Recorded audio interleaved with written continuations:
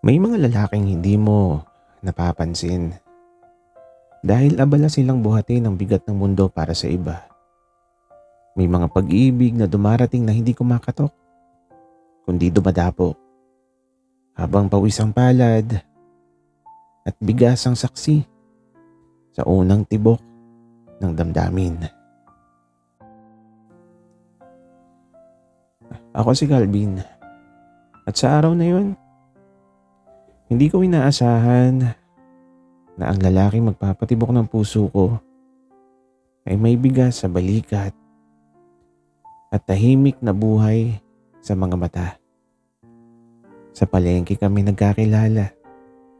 Hindi yung palengke na malinis at tahimik, kundi yung palengke na amoy pawis, tunog ng timbangan, sigaw ng tinderang may sukli, at mga lalaking nagbubuhat ng sako na parang wala lang. Isa ako sa mga nagtitinda. May malit kaming pwesto ng bigasan. Mana pa ni Papa. Ako yung nag-aasikaso, nagtitimbang, nagbibilang at minsan nagmamasid. Doon ko siya unang nakita, si Keeper. Kargador siya, matangkad, moreno ang balat, basa-basa ng pawis ang puting sando niya. At sa bawat pag-angat niya ng sako ng bigas, parang may rhythm ang katawan niya na ayaw kong aminin na pinapanood ko.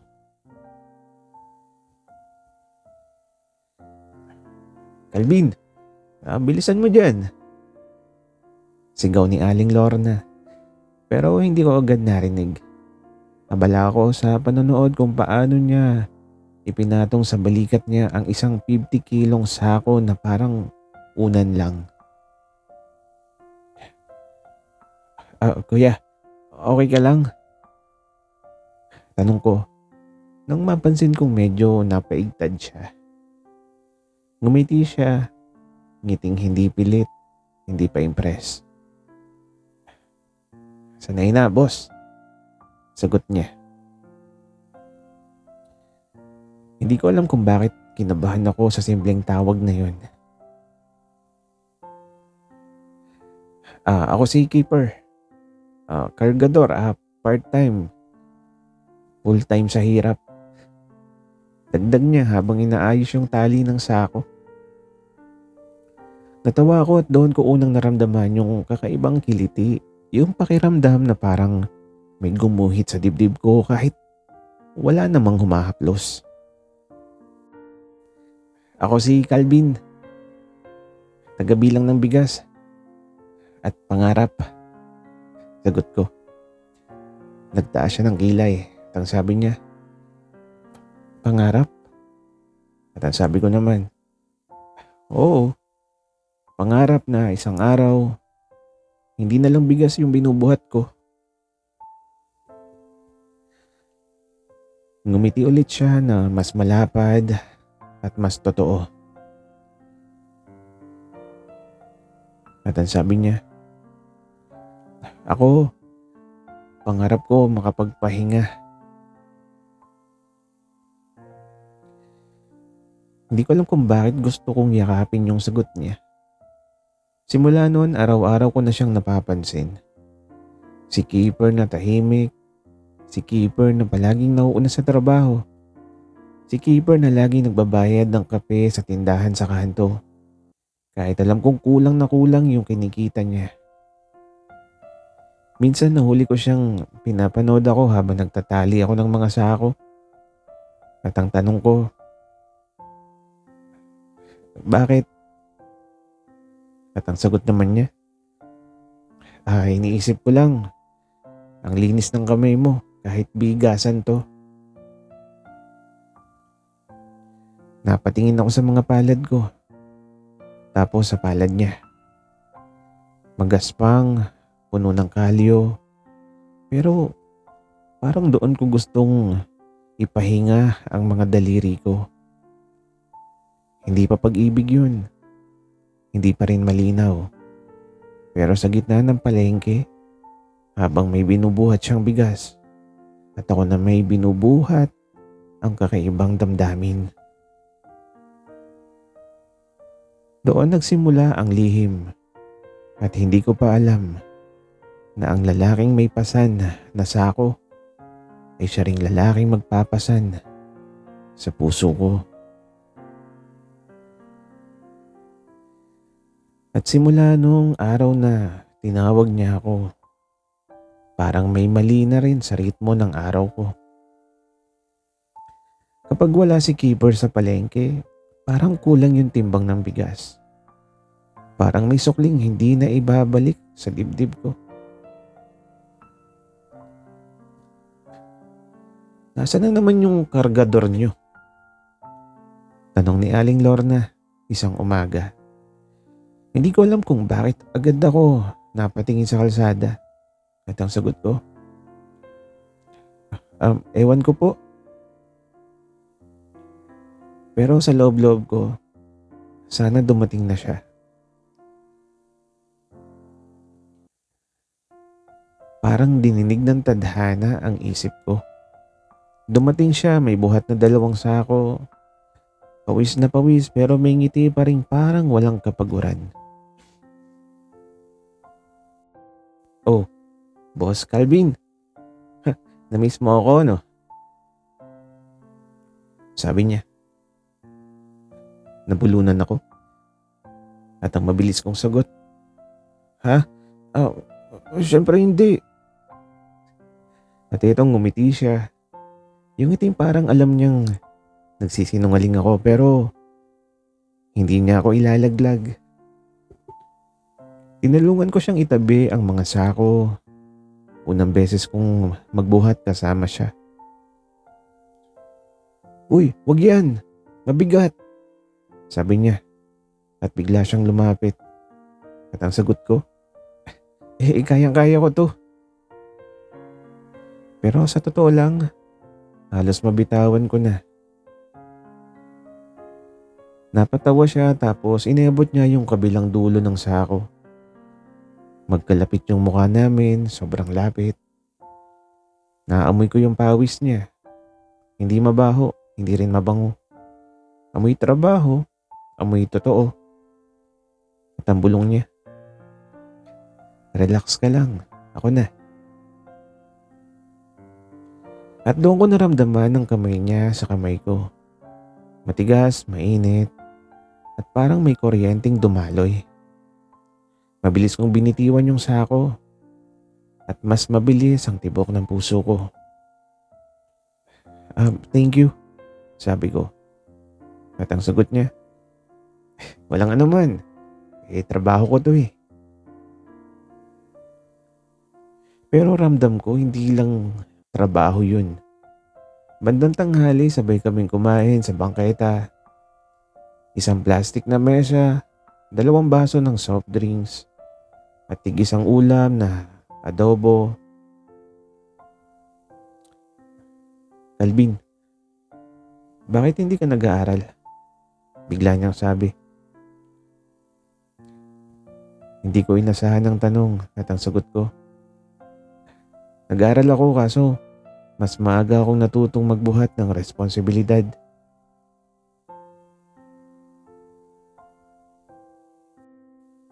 Tumango siya at ang sabi niya, ako rin. Maaga rin akong magbuhat pero hindi lang bigas. Nagkatingin kami, parehong may bit-bit, parehong sanay mapagod at bigla siyang tumawa. Pero aminin mo, mas pogi ako kapag may sako sa balikat. Wika niya. Napahalakak ako at ang sabi ko, uy, delusional ka na. At ang sabi naman niya, hindi maraming tumitingin. Wika ako. At ang sagot niya, isa ka na dun. At ito, naging tahimik kami pareho. Akala ko awkward na Akala ko sasabihin niya na biro lang. Pero ngumiti lang siya. Yung ngiting dahan-dahan. Yung ngiting may halong iniipong tanong. At ang sabi niya, okay lang yun. Kasi tumitingin din naman ako. Hindi ko alam kung ano yung mas bumigat. Yung sikmura ko sa kinain ko o yung dibdib ko sa sinabi niya. Simula noon may bago ng usapan ng mga mata namin. Hindi pa malinaw, hindi pa inaamin. Pero sa bawat timbang ng bigas, sa bawat sukling inaabot, sa bawat titig na tumatagal, unti-unti kong nauunawaan na minsan ang pag-ibig, dumarating ng nakatsinelas, may pawis sa noo, at tahimik na umaasang mapansin mo rin siya.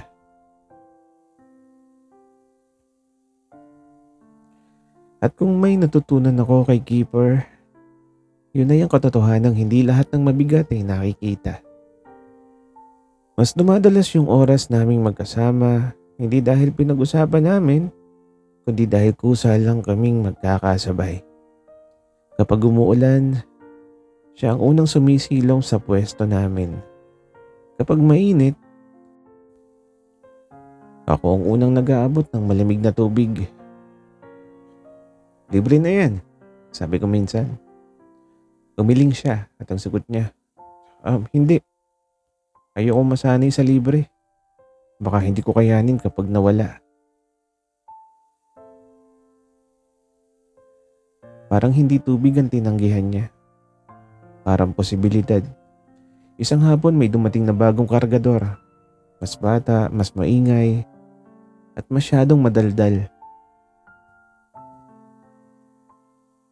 Kuya Keeper, gwapo naman ng boss mo Sigaw nito. Napatingin ako kay Keeper, ngumiti lang siya pero pilit. At ang sagot niya, huwag kang bastos, may pangalan yan.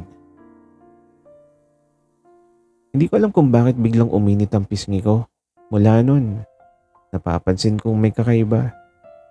Kapag may bumibili at napapatagal ang usapan ko, sa gilid lang siya. Nakatingin na tahimik. Selos ka ba? Biro ko isang gabi habang nagliligpit kami. Bigla siyang tumigil. Hindi. Sagot niya agad na masyadong mabilis. Tingin ko oo.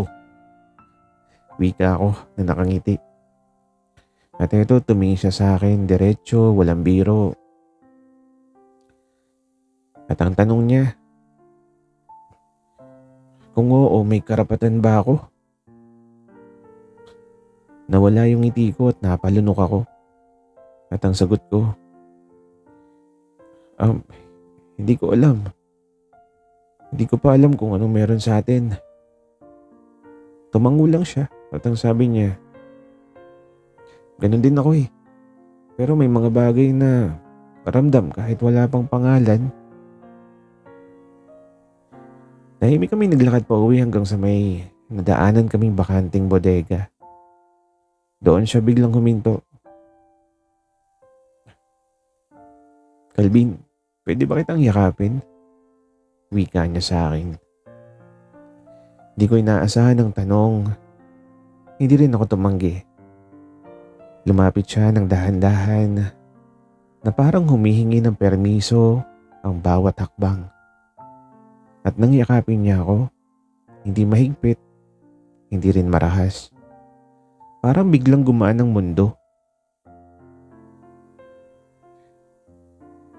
Pagod lang ako, hindi sa katawan.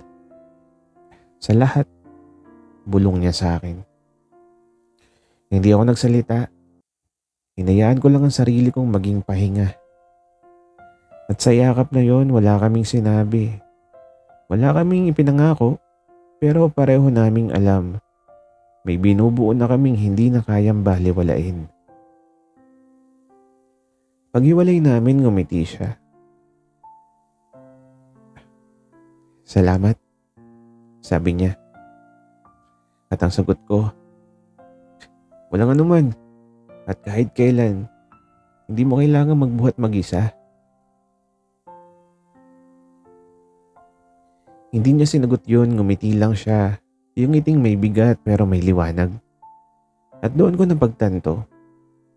Minsan ang pinakaunang anyo ng pag-ibig ay hindi halik, kundi yakap na nagsasabing, "Nandito lang ako."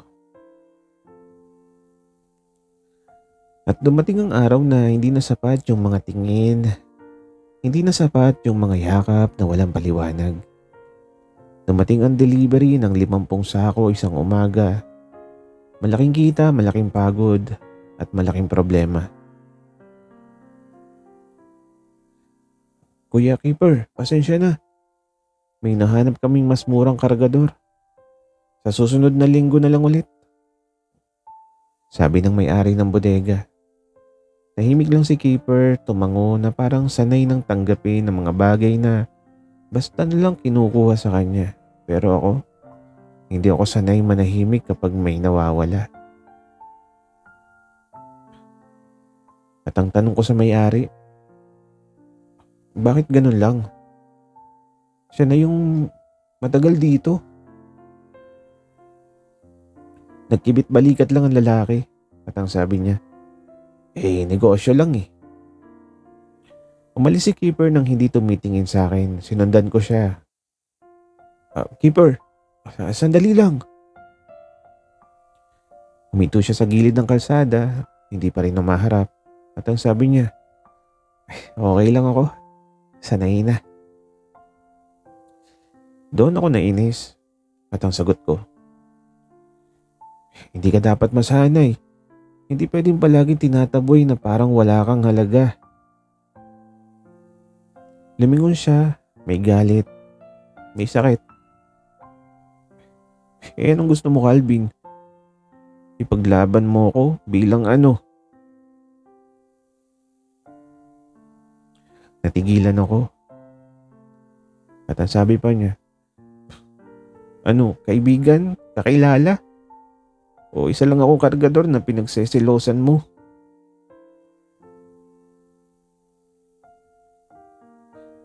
Mas masakit ang huling tanong niya. At ang sagot ko, Hindi. Hindi lang ganun." At ang tanong niya, ano? Sabihin mo." Tahimik ako, pero yung dibdib ko sumisigaw. Lumapit siya, sobrang lapit, at ang sabi niya, "Kung hindi mo kayang pangalanan, huwag mo nilang buhatin." At doon siya umalis. Hindi siya pumasok kinabukasan. Ang palengke parang biglang naging tahimik. Kahit pareho lang naman ang ingay. Hanggang sa isang gabi, umulan ng malakas. Nakita ko siya sa waiting shed. Basang-basa, hawak ang maliit na bag. "Keeper." Tawag ko sa kanya. Tumingin siya, pagod, wasak, at ang sabi niya, "Uwi na ako sa probinsya. May nag-aalok ng trabaho eh. Maliit lang yung kita pero sigurado." Parang may nahulog sa dibdib ko. At ang tanong ko, ganun na lang ba? Wala na? Ngumiti siya ng mapait. At ang sabi niya, "May mga bagay na hindi pwedeng ipilit, Calvin. Lalo na kung hindi ka sigurado." Lumapit ako, hawak yung kamay niya. At ang sabi ko, "Takot lang ako eh. Pero hindi ko kaya mawala ka." Tumingin siya sa akin ng matagal at ang tanong niya, "Ano ba ako sa'yo?" Huminga ako ng malalim at ang sabi ko, "Ikaw yung pahinga ko eh. Ikaw yung bigat na pinili kong buhatin." Tahimik siya tapos bigla niya akong niyakap. Mahigpit, totoo, walang alinlangan. At ang bulong niya, kung ganun, huwag mo akong bibitawan. Sa gitna ng ulan sa waiting shed na walang ilaw, doon ko nang inamin, hindi sa salita, kundi sa yakap, na mahal ko na siya.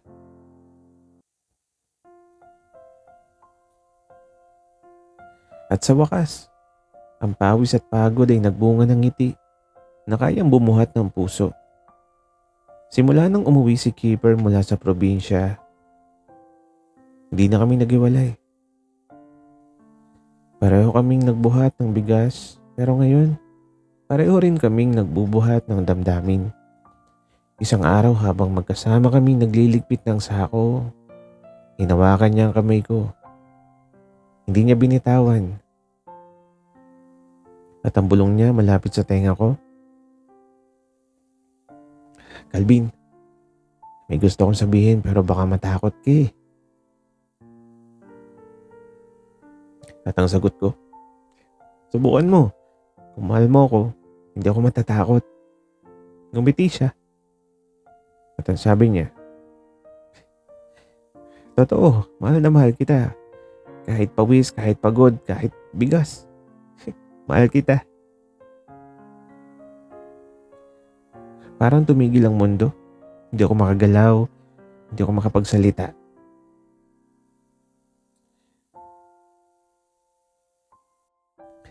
Alam mo ba, na sa tuwing hawak ko yung sako, naaalala ko rin yung mga kamay mo. Ang init ng kamay mo eh. Kahit hindi nagtutulungan, parang pahinga ko. Wika pa niya. At ito, hindi ko mapigilan ng ngiti ko. At ang sabi ko, ewan ko lang pero pareho rin yung pakiramdam ko eh. At doon sa gitna ng palengke sa likod ng mga sako, pinaglaro namin yung mga titig, halakhak at lambing. At doon ko unang naramdaman yung halik ng pag-ibig. Mahina sa simula pero puno ng pangako. At ang bulong ko, hindi na kita bibitawan. Hindi na rin ako titigil sa'yo. Ngumiti siya at sa simpleng halik parang sinimulan namin ang kwento ng aming one great love. At mula noon, naging team kami. Hindi lang sa trabaho, kundi sa bawat bigat, bawat tawa, bawat lihim na hindi kayang ibahagi sa iba. Ang bawat sako ng bigas ay may kwento. Ng pawis, ng pagod, ng tawanan at ng lihim. Ngunit may bigat na hindi mo kailangang buhatin mag-isa. Ang bigat ng damdaming minamahal mo. At minsan sa simpleng yakap, doon mo alam na sulit lahat ng hirap. Ako si Calvin at ang kwento namin ni Keeper ay parang isang huling sako. Pagod na, mabigat na, pero puno ng halaga. Isang hapon habang inaayos namin ang mga natitirang sako ng bigas, tumango si Keeper at ngumiti. At ang sabi niya, alam mo Calvin, hindi na ako aalis pa. Sa'yo na lang ako bubuhat. At ang sagot ko naman, walang sampayan. At hinawakan ko ang kamay niya na parang hindi hahayaang lumipad. Lumapit siya, mahigpit at totoo. At sa ilalim ng araw na parang gintong ilaw sa palengke, doon ko naramdaman, hindi lang sa halik, hindi lang sa yakap, na natagpuan ko ang isang pag-ibig na babalik sa iyo palagi kahit gaano pa kabigat ang mundo.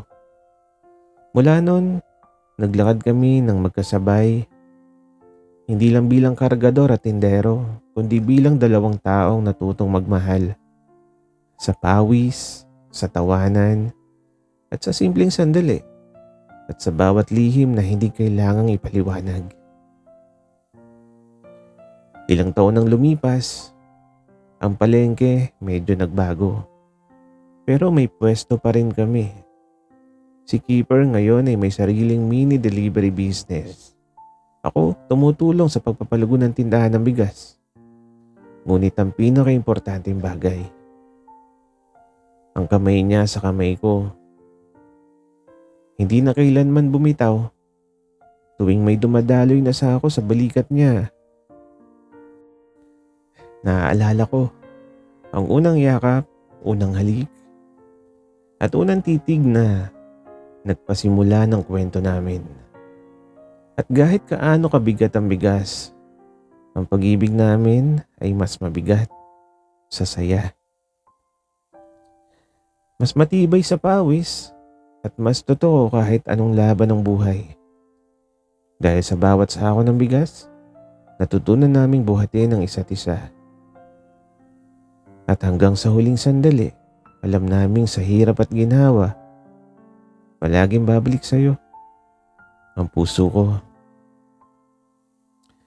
Sana'y nagustuhan nyo ang aming kwento. Maraming salamat sa inyong pakikinig.